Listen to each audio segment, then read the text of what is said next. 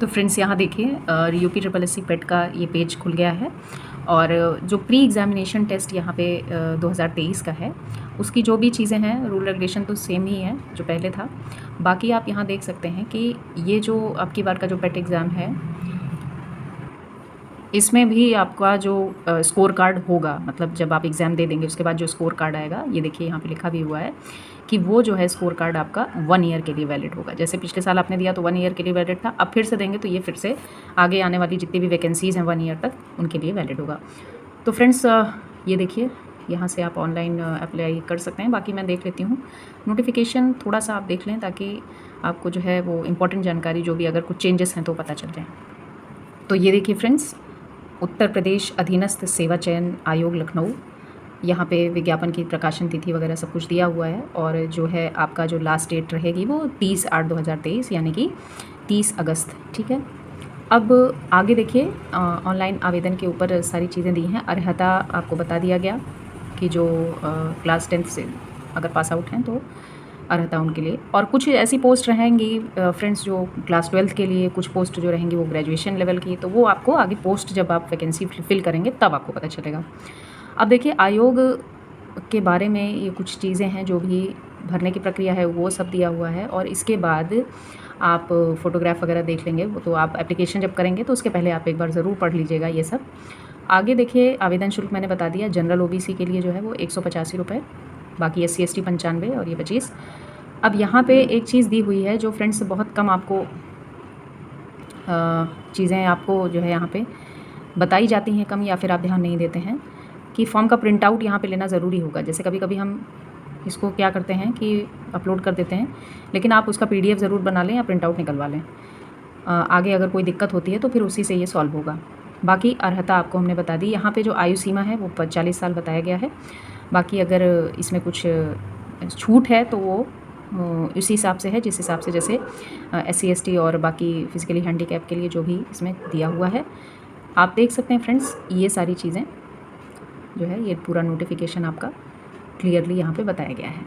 अब देखते हैं कि इसका जो एग्ज़ाम है पेट का, उसमें आपको पढ़ना क्या क्या है।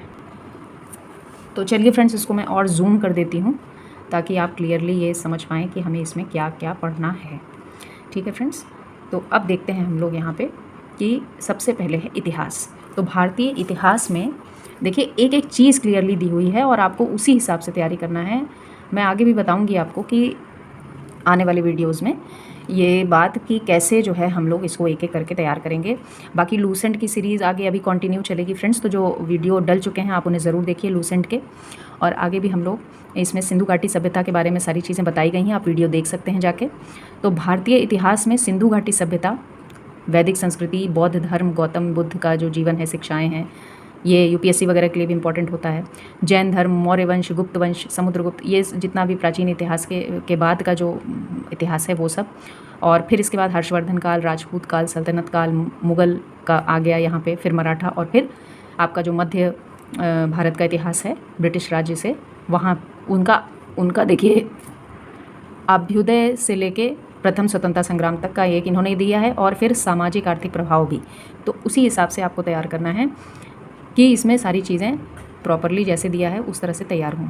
इससे बाहर पढ़ने का कोई मतलब नहीं है। एक बार हम लोग क्वेश्चन भी डिस्कस करेंगे कि पेट में किस तरह के क्वेश्चन आते हैं, तो आपको अंदाज़ा लग जाएगा। यहाँ पे बस आप ये देखिए कि किस तरह से सिलेबस को तैयार करना है। भारतीय राष्ट्रीय आंदोलन, अब इसमें जो भी इम्पोर्टेंट चीज़ें हैं जो स्टेप्स वाइज आपको तैयार करनी है, तो स्वाधीनता आंदोलन का जो प्रारंभिक वर्ष था, शुरुआती इनिशियल फेज़, फिर महात्मा गांधी का जो समय था, और इसके बाद आप यहाँ देख सकते हैं कि जो भी क्रांतिकारी आंदोलन हुए और विधायी संशोधन, ब्रिटिश इंडिया एक्ट। मैं समझ रही हूँ फ्रेंड्स कि आपको लग रहा होगा कि एक बार की सिलेबस देख लिया और फिर हम अपने हिसाब से पढ़ लेंगे। नहीं, यहीं पे गलती होगी, क्योंकि जो सिलेबस दिया हुआ है एग्ज़ाम का, वो कहीं ना कहीं एग्ज़ाम का जो क्वेश्चन पेपर आएगा वो वहीं से निकल के आएगा। तो इसलिए आप बहुत अच्छे से एक बार सिलेबस देख लीजिए, बार बार देखने की ज़रूरत आपको नहीं पड़ेगी।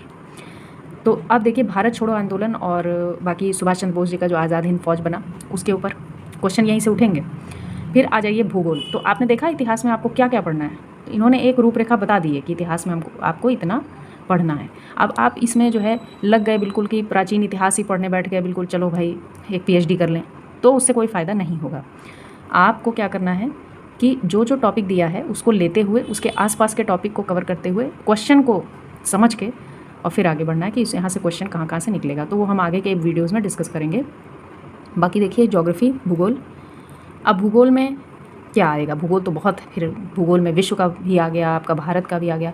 तो यहाँ देखिए आप पहले भारत पे अपना मतलब फोकस करिए कि भारत का जो है भूगोल कैसा है और विश्व का भूगोल का पूरा आउटलाइन थोड़ा सा। तो विश्व के भूगोल में नदियाँ हैं, भूजल संसाधन, पर्वत, मरुस्थल और ये वन और खनिज संसाधन, ये जो PCS में पूछा जाता है ज़्यादातर, ये सारी चीज़ें यहाँ पे भी हैं। और विश्व राजनीतिक भूगोल भारत का और जो आपका इंटरनेशनल रिलेशंस है वो उसका कुछ पार्ट यहाँ पे आ सकता है। जलवायु और मौसम, टाइम जोन और बाकी जनसांख्यिकी वगैरह। तो आगे देखिए यहाँ पे इकोनॉमी। अब बहुत सारे बच्चों को कन्फ्यूजन ये रहती है, कन्फ्यूजन क्या, उनको लगता है कि चलो इकोनॉमी के तो बहुत कम क्वेश्चन आएंगे तो हम ये छोड़ देते हैं। लेकिन फ्रेंड्स ये बहुत बड़ी गलती होगी, क्योंकि इकोनॉमी भी उतना ही वेटेज रखता है जितना आपका इतिहास और भूगोल। अब आप देखना चाहेंगे तो देखिए, भारतीय अर्थव्यवस्था इकोनॉमी का 5 दिया हुआ है यहाँ पे, आप यहाँ से देखिए ध्यान से, अंक दिया हुआ है ना, ये देखिए अंक, तो अंक यहाँ पे 5 नंबर दिया है। फिर यहाँ पे आगे बढ़ेंगे तो फिर 5 नंबर, तो हिस्ट्री का टोटल 10 नंबर हो गया। फिर ये आए भारतीय भूगोल 5 नंबर और फिर आ गया इकोनॉमी, फिर से 5 नंबर का वेटेज। तो आप देख सकते हैं कि वेटेज कितना है। तो इसमें भारतीय अर्थव्यवस्था जो पहले थी 1947 से लेकर 91 तक, उसके बारे में है। और फिर आगे जाके 91 के बाद जो सुधार हुआ, फिर कृषि सुधार, ढांचागत सुधार, जो भी चीज़ें आई, GST वगैरह तक पूरा आपको तैयार करना है। अब आता है पॉलिटी, तो इंडियन कॉन्स्टिट्यूशन और पब्लिक एडमिनिस्ट्रेशन।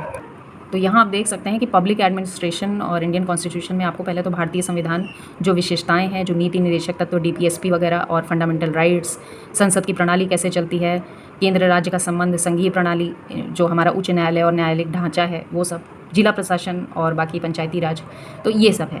तो अब आपको इसी के इर्द गिर्द पढ़ना है। पूरा पॉलिटी की लक्ष्मीकांत लेके मत बैठ जाइएगा पूरी, ठीक है, क्योंकि ये पेट का एग्ज़ाम है। यहाँ पे जिस लेवल तक की पढ़ाई आपको पढ़नी है पहले वो पूरा कर लीजिए। उसके बाद अगर आप और अच्छे से पढ़ना चाहते हैं तो बिल्कुल पढ़ सकते हैं, लेकिन ये तैयारी आपके सिलेबस से जो है वो इतनी होनी चाहिए, पहली बात तो मिनिमम ये चीज़ है। सामान्य ज्ञान में जनरल साइंस देख लीजिए, भौतिक, रसायन और जीव विज्ञान, तो ये लूसेंट से ही कवर हो जाएगा 5 नंबर का। अब वेटेज देखिए आप, ये भी 5 नंबर का है, लेकिन ज़्यादातर से हम इसको भूल जाते हैं और बिना पढ़े ही चले जाते हैं। तो साइंस का भी वेटेज 5 नंबर का है। इसके बाद अर्थमेटिक, अब यहाँ मेन बात आती है। तो गणित जो है वो आपका अंक गणित, वो 5 नंबर का इसमें वेटेज रखेगा अलग से। देखिए पूर्ण संख्या, दशमलव, प्रतिशत और वर्ग, वर्गमूल, घातांक, कहाँ से क्वेश्चन आना वो भी बताया है। अब आ जाइए हिंदी। तो अब ये समझ में आ गया आपको कि हमको जो मैथ्स मिलेगी वहाँ पे अंक गणित से ही संबंधित होगी और जो दिया है घातांक वगैरह उसी से। अब ये नहीं कि आप रेखा गणित पढ़ने लग जाएं, ठीक है, तो रेखा गणित पढ़ना बेकार जाएगा, क्योंकि यहाँ पे जो दिया है सिलेबस में उसी के हिसाब से आपको आगे बढ़ना है। कुछ लोग तो आधा वीडियो देखकर और छोड़कर चले गए होंगे, मुझे पता है, लेकिन अगर आप अभी तक हैं, वीडियो में बने हुए हैं, तो आप समझिए कि आप बहुत सीरियसली ले रहे हैं इस एग्ज़ाम को और आप निश्चित ही ये एग्ज़ाम निकालेंगे। तो सामान्य हिंदी देख लेते हैं। अब देखिए सामान्य हिंदी में वैसे तो PCS लेवल में बहुत ज़्यादा आ जाता है, लेकिन यहाँ पे जो आपको पढ़ना है वो है संधि, विलोम शब्द, पर्यायवाची और वाक्यांशों का प्रयोग, लिंग, भिन्नार्थक शब्द, मुहावरे और अशुद्धियाँ वगैरह निकालना। और कभी कभी 2 प्रश्न ऐसे भी पूछ लिया कि लेखक और उनकी रचना, तो वो सिंपल रहेगा, लूसेंट से भी कवर हो सकता है। अब फ्रेंड्स अंग्रेजी, अब देखिए वेटेज है इसका भी, जनरल इंग्लिश का वेटेज 5 नंबर का है, तो पढ़ के तो जाना ही पड़ेगा। अब इसमें व्याकरण भी आएगा और आपको बहुत अच्छी बात यह है कि एक कॉम्प्रिहेंशन भी दिया जाएगा। अब वो 1 भी हो सकता है, 2 भी हो सकता है, 3 भी हो सकता है, तो आपको ये वेटेज बढ़िया मिल जाएगा। इसमें 5 नंबर का है। आप थोड़ा बहुत इसमें अपने जानकारी भर कर ज़रूर पढ़ लीजिए। अब चूँकि इसमें ग्रामर दे दिया तो ग्रामर में आपको सारी चीज़ें एक बार देख लेनी है, ठीक है। और बाकी आप देखिए यहाँ पे 5 नंबर में फिर से ये लॉजिक और रीजनिंग का इन्होंने दिया हुआ है। तो लॉजिक रीजनिंग में क्या आपको पढ़ के जाना है वो भी दिया है कि रैंकिंग वगैरह और रिलेशन, ब्लड रिलेशन के जो क्वेश्चन आते हैं, समूह, कैलेंडर, घड़ी, ठीक है, और कोडिंग, डिकोडिंग वगैरह, बस इतना ही, ठीक है। अब करंट अफेयर्स में भारतीय और वैश्विक करंट अफेयर्स जो भी है न्यूज़ में आता है। अब देखिए ये जो है यहाँ पे 10 नंबर का वेटेज है, यहाँ पे ये ध्यान रखिएगा, ये जो वेटेज है ये यहाँ पे 10 नंबर का है और जनरल अवेयरनेस 10 नंबर, मतलब 20 नंबर के वेटेज में आपको जनरल अवेयरनेस और करंट अफेयर्स दोनों तैयार करना है। तो करंट अफेयर्स तो आपका कैसा हो गया, वर्ल्ड का भी हो गया, इंडिया का भी हो गया। और जो आपका जनरल अवेयरनेस है, अब देख लीजिए जनरल अवेयरनेस में आपको बहुत ही इंपॉर्टेंट है, जो कि 10 नंबर का वेटेज रखेगा ये। तो जनरल अवेयरनेस में आप देख लीजिए भारत के पड़ोसी देश, राजधानी, मुद्रा, ये सब चीज़ें लूसेंट से सब कवर हो जाएगा, कोई दिक्कत नहीं है। इसलिए मैं कहती हूँ कि लूसेंट अगर आपने एक बार पढ़ ली अच्छे से मन लगा के, आप मेरे चैनल का भी सहारा ले सकते हैं, कोई दिक्कत नहीं है। तो लूसेंट अगर आपने पढ़ ली एक बार तो फिर कोई एग्ज़ाम आपके लिए मुश्किल नहीं रह जाएगा। खासकर आप यूपीएससी और पीसीएस भी कुछ हद तक आप कर ले जाएंगे। यूपीएससी को निकाल दीजिए और थोड़े से आरबीआई वगैरह को, तो बाकी के एग्ज़ाम आप आराम से इससे लूसेंट से कवर कर सकते हैं। तो ये हो गया, आप देख सकते हैं यहाँ पे क्या क्या आएगा। भारत के पड़ोसी देश हो गया, राजधानी, मुद्रा, राष्ट्रीय अंतर्राष्ट्रीय दिवस क्या हैं, जैसे कभी पूछ लेता है विश्व ओजोन दिवस, विश्व पर्यावरण दिवस, ऐसे करके क्वेश्चन आ जाते हैं।